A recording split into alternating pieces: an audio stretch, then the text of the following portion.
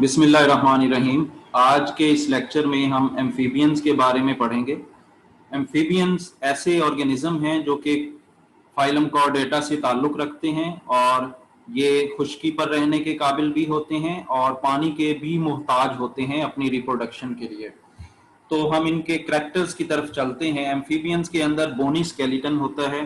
Bony skeleton fish के अंदर भी मौजूद होता है, लेकिन फिश के अंदर जो स्केलेटन होता है वो इतना ज्यादा एडवांस्ड और मजबूत नहीं होता जितना कि एम्फीबियंस का स्केलेटन होता है, क्योंकि एम्फीबियंस ने खुश्की के ऊपर अपनी बॉडी को सपोर्ट देना होता है अगेंस्ट द ग्रेविटी। रिब्स कुछ एम्फीबियंस में मौजूद होती हैं, कुछ में रिड्यूस फॉर्म में मौजूद होती हैं।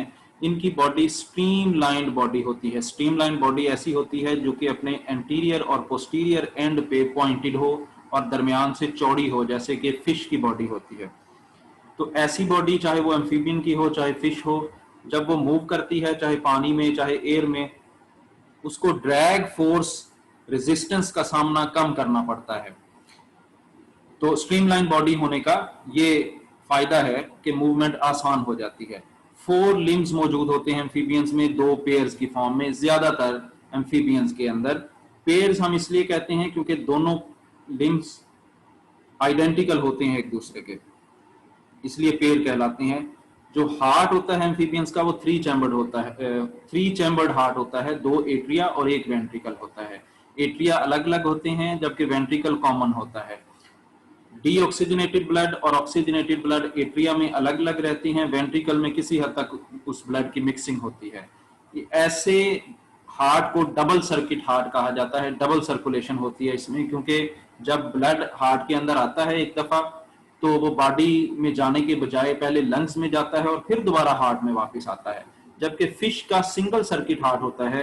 ब्लड एक चक्कर के अंदर हार्ट में सिर्फ एक दफा ही आता है, लेकिन एम्फीबियंस के हार्ट में ब्लड एक दफा जब बॉडी से इकट्ठा होकर डीऑक्सीजनेटेड ब्लड आता है तो उसको बॉडी में भेजने के बजाय उसको पहले लंग्स की तरफ भेजा जाता है पल्मोनरी आर्टरी के जरिए, ताकि वहां पे जाके उसकी ऑक्सीजनेशन हो। ऑक्सीजनेटेड ब्लड वापस दोबारा हार्ट में आता है, वो सीधा बॉडी में नहीं जाता, वो वापस हार्ट में आता है। वहां से उसको एओर्टा के जरिए फिर दोबारा से पूरी बॉडी में भेजा जाता है ताकि वो पूरी बॉडी को ऑक्सीजन जो है वो मुहैया कर सके। तो इस किस्म का जो हार्ट है वो डबल सर्किट, और इस तरह की जो सर्कुलेशन है उसको डबल सर्कुलेशन कहा जाता है, जिसमें ऑक्सीजनेशन और डीऑक्सीजनेशन, जो ऑक्सीजनेटेड और डीऑक्सीजनेटेड ब्लड हैं वो सेपरेट रहते हैं किसी हद तक।